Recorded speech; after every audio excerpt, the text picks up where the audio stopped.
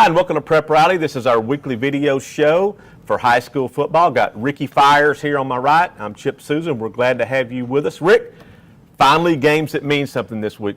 Conference games are finally here. This is week 4. We're not confused by that anymore. It is week 4, and it's conference play, and now these games they have meaning to them. Coaches call it the second season. Doesn't matter. You got beat 90-6, 55-0. You get to breathe new life on Friday. It's all about finishing well in conference play where you get into the playoffs where anything can happen. I've seen it. I've seen number 4 seeds win state championship. So Friday night, let's go. We are ready for some big games. Yes. And Rick, we're going to start down in Fayetteville. Got a big game down at Fayetteville, the 7A West Conference opener, Bentonville West, the team that's favored coming into the season at Fayetteville, a team that's off to a 3-0 start. Now, if I didn't know anything, which I don't know much, this looks like on paper a 3-0 Fayetteville team against an 0-3 Bentonville West team. But don't be deceived. Bentonville West has played a brutal schedule, and they've had some injuries that really hurt them. Now, Fayetteville, they went down to Bryant. They did. Won a big game. They were ahead, then they lost the lead. They can come back in the fourth quarter, won that game, something they didn't do last year. They're coming back home with a bunch of momentum. But they got an injury, too. I talked to Billy Dawson and quarterback Darius Bowers. He told me he's listed day-to-day. What does that mean, Billy? Day-to-day. You know how coaches are. So today's today, tomorrow's today, and Friday's today. So today's today, but Friday's today. So someday today is today is today. Coaches and wives, you can't get a straight answer. Can't get a straight answer. They'll mislead you a little bit, so be careful out there. So we know for sure, Rick, that Will Jarrett, the quarterback for Bentonville West, will not play Friday night. We know that he is still on crutches with that ankle injury that he got in the second half or whatever of that season opener against Owasso early. We know for sure he's not going to play this week. He is on crutches unless by some miracle healing Mr. Miyagi rubbed those hands and put them on him. He could play, but I don't think that's going to happen. Maybe later in the year. How about Jackson? Jaden Jackson is, like Darius Bowers, day to day. He has a game time decision. Okay. So if Friday's a good day, maybe he'll play. Now, the last time Bentonville West played, they actually used Jaden Jackson at quarterback position in the Wildcat. So if he does play, he obviously gives them, and if you don't know this or don't keep up with it, like I don't really keep up with the recruiting either in these verbal commitments, but he did make a verbal commitment to Ole Miss last week. So anyway, obviously he'll be a big factor. So we know for sure Jarrett will not play. Jackson is a game time decision. Bowers looks like he's going to be a game time decision. So it'll be interesting to see who's left on Friday night when Bentonville West makes that trip down to Fayetteville. Rick, who are you taking? I gotta make a prediction. Fayetteville. Got to take Fayetteville because there are too many question marks right now. By the way, Jackson is going to Ole Miss because Arkansas, I guess, wanted to recruit him as a defensive back. He wants to play wide receiver. They got some great wide receivers down there. Good luck. But on Friday, Fayetteville will win that game. Fayetteville's favored by Ricky Fires. Rick, let's go over to Bentonville Friday night. Bentonville's coming in. They're also 0-3. But you take a couple of plays away from their game they lost to Midwest City, Oklahoma, and the same thing against Conway, and Bentonville could easily be 2-1. So they're 0-3. They're going to be hosting Har-Ber. Now, Rick, these two teams have had some great games in the past. Yes, and the thing is, our man Henry App, who follows Bentonville a lot, said they've been doing terrible job of controlling things. They've been making a lot of mistakes. They're home. I don't know about Har-Ber. Har-Ber, they've made some things, moved around. But they're going to use the philosophy like I guess Coach did with Matt Jones when he's here. Chris Wood going to put the ball in the hands of his most talented player. That would be his son, Hunter Wood, and he is a great player. I guess he passed for a couple touchdowns last week. So last week, Noah Livingston played a little quarterback, and Hunter played a little quarterback. Now, Hunter's a big body. He's about 6'1", 185 pounds, so he's a big body.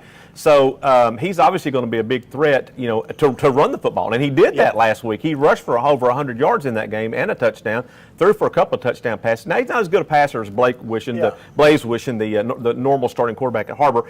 Doesn't throw as well because he hadn't played quarterback much. But Hunter Wood is an athlete, and when you have a good athlete, you want to put the ball, like you said, in his hands and just let him create, and he's done a good job of that. I saw him at receiver against Pulaski Academy. Man, he made some fantastic catches.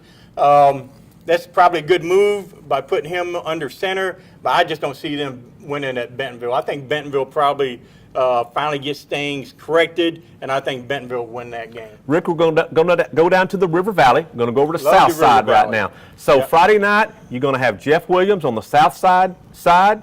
You got Keith Fimple on the Conway side. So these two guys are like brothers. I mean, Keith Fimple was a long-time assistant for Jeff Williams over at Southside. He was also an assistant up here at Har-Ber. So he got the coaching job at Conway late. Rick, I think they were already had scrimmage. I mean, it was like in late, it was in the summer when he got that job. But he made a really quick impact on that team. And the thing is, Southside, sometimes you see the coach might take it easy on his former assistant or something. Conway's too good. They're too good. They're not going to take it. They're going to do everything. They're going to go all out to win that game. Conway, who they beat last week? Bentonville? Well, they were off, but they beat Jonesboro, they beat Bentonville, and they got a double overtime win over El Dorado. So they've, I talked to Jeff Williams today, and he said, it didn't take long for Keith Fimple. You can see his handprints on that program, even though it hadn't been there for very long. You can see his handprints there. Now Southside's coming in off a bit. They blew Rogers Heritage off the field last week, but something interesting about that game, Jalen Coleman, he's a defensive back, had 3 interceptions in that game and took 2 of them to the house for touchdowns. Wow, that's something you could do in the whole year for some defensive backs. Great defense by Southside. That they've had good defenses. Great quarterback. But I think Southside's going to win this game. Southside is going to be tough at home at Jim Rowland Stadium. There's no question about that. Let's talk about another game in the 7A Central. Rick, let's look at Fort Smith Northside. 3-0 Grizzlies. They're playing fantastic. They are going to Bryant, a team that's coming off, I think, would have to be a gut-wrenching loss to Fayetteville last week. Yeah, and I saw Northside against Van Buren. I think Northside may be the most impressive, most improved team in the state. I'm not talking about the different classes, but right now, all classes, Northside is just defensively, they got skills all over offense. I think probably, and Bryant, I don't know, would they lose 2 games in a row at home? That would be Fayetteville. Then I don't know. I think Bryant wins this game. Maybe we'll see. I think Northside, I think their kids have learned a lot in especially the last 3 or 4 games of last season and then going into this season. They've learned a lot about who they are and what their strengths are. You're right, their defense is a big strength for them. Anthony Travis, their linebacker, at 18 tackles against Greenwood. Yes, he had 18 tackles against Greenwood. I mean, this is a kid that's playing at a very high level right now. So you're going to take Bryant. Yeah. I think Northside wins this one. I think the Grizzlies are going to go 4-0. I think they're going to get this win right here. I got a slug nickel right here. We have to put that up. Okay. So that's the big games in the area, but that's not the only games. Got some other games going on. We got Rogers High coming off a big 28-27 win over Little Rock Parkview last week. It was a great game. They're going to be hosting Van Buren. Now, Rick, I think the winner of this game is going to get a playoff spot. Yep.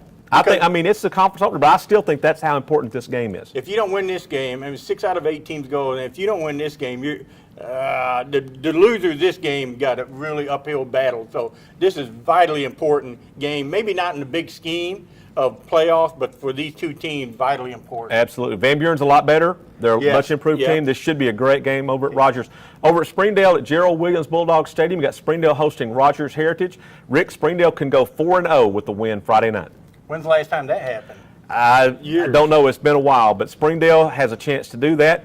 Also got some big games going on in some of the lower classifications. Got Elkins going on the road for their first game in 4A. They're going to go to Waldron. And then we got Harrison, a team that's also 3-0, going to start playing the 5A West. They're going to go to Morrilton. So some big games in the lower classification. So that's it for this week.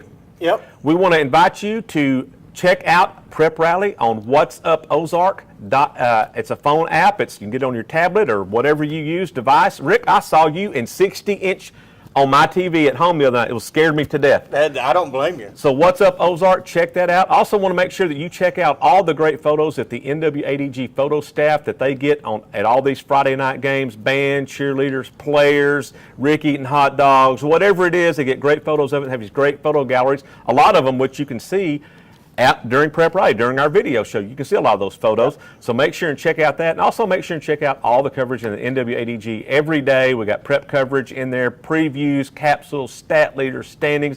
If you want it, we got it. That's it for this week. We'll see you next time on Prep Rally.